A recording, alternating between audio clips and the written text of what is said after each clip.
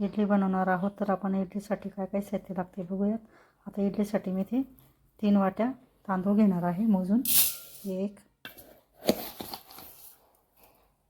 बघू शकता 2 आणि हे 3 वाटे. इथे मी राशनचेच तांदूळ आहेत. इथे मी 3 वाट्या तांदूळ मोजून घेतलेला आहे आणि 1 वाटी आपण उडदाची डाळ घेणार आहोत.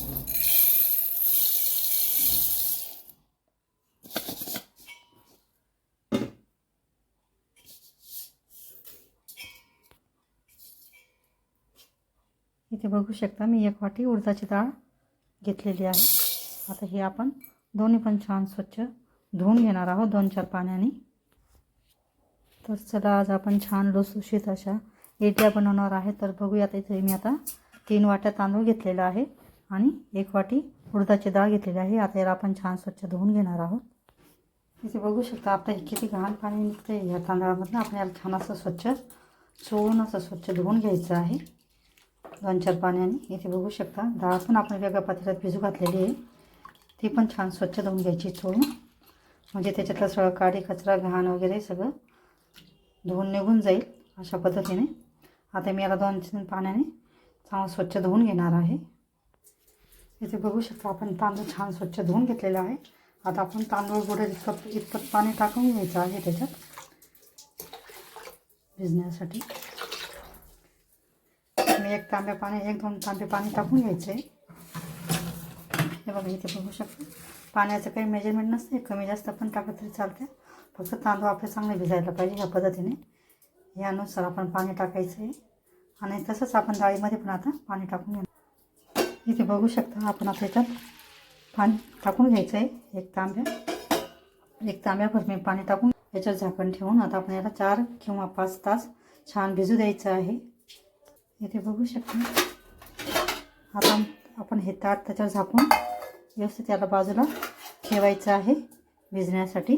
याला आपण 4 किंवा 5 तास भिजून घेणार आहोत. इथे बघू शकता आपण आता तांदूळ आणि उडदाची डाळ भिजवलेली आपण 5 तास भिजून घेतलेले. आता अशा पद्धतीने आपण मिक्सरच्या भांड्यामध्ये थोडं थोडं टाकून दळून घ्यायचं आहे बारीक. इथे बघू शकता अशा पद्धतीने त्याच्यात आपण आता ते भिजवलेलं पाणीच त्याच्यात टाकायचे थोडं.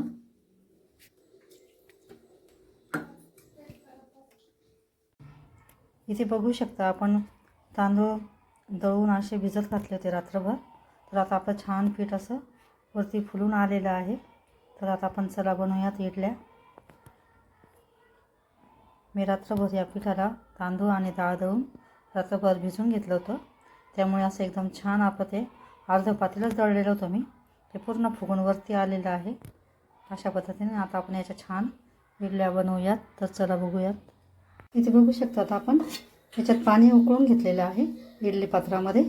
आता आपण त्याच्यावर हे इडलीचं पीठ याच्यात टाकून खाली तेल लावून घेतलेलं आहे आणि आता आपण त्याच्यात इडलीचं पात्र आता इडल्याचं पीठ टाकून असं ठेवून घेणार आहोत. बघ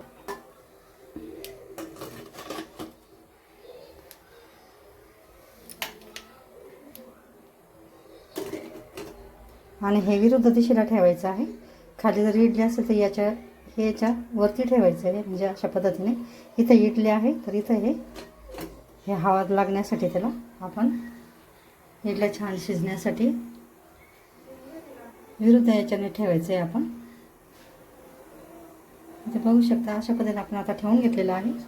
आता याला आपण झाकण लावून 10-15 मिनटं आपण गॅस मध्यम आचेवर ठेवणार आहोत. बघू शकता अशा पद्धतीने मी झाकण लावून घेतलं.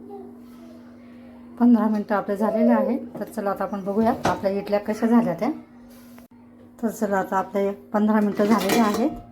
आता हे बघा आपल्या अशा इडल्या छान अशा फुगून वरती आलेल्या आहेत. आता यांना आपण आता चाकूच्या सहाय्याने किंवा चमच्याच्या सहाय्याने काढून घेणार आहोत. एका वेळेस ह्या इडलीमध्ये आपल्या अशा 4 3 भांडे 3 त्याचे हे आहेत. अशा आपल्या एका वेळेस आपल्या 4 4 8 4 ते 12 इडल्या तयार होतात 15 मिनटामध्ये. इथे बघू शकता मी शेंगदाण्याची चटणी तयार करून घेतलेली आहे. वाटी शेंगदाणे घेतले, त्याच्यात 7-8 हिरव्या मिरच्या, कोथिंबीर आणि लसूण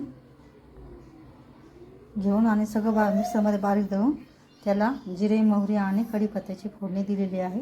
अशा प्रकारे आपली चटणी तयार होते. अशा पद्धतीने त्यांची केलेली आहे.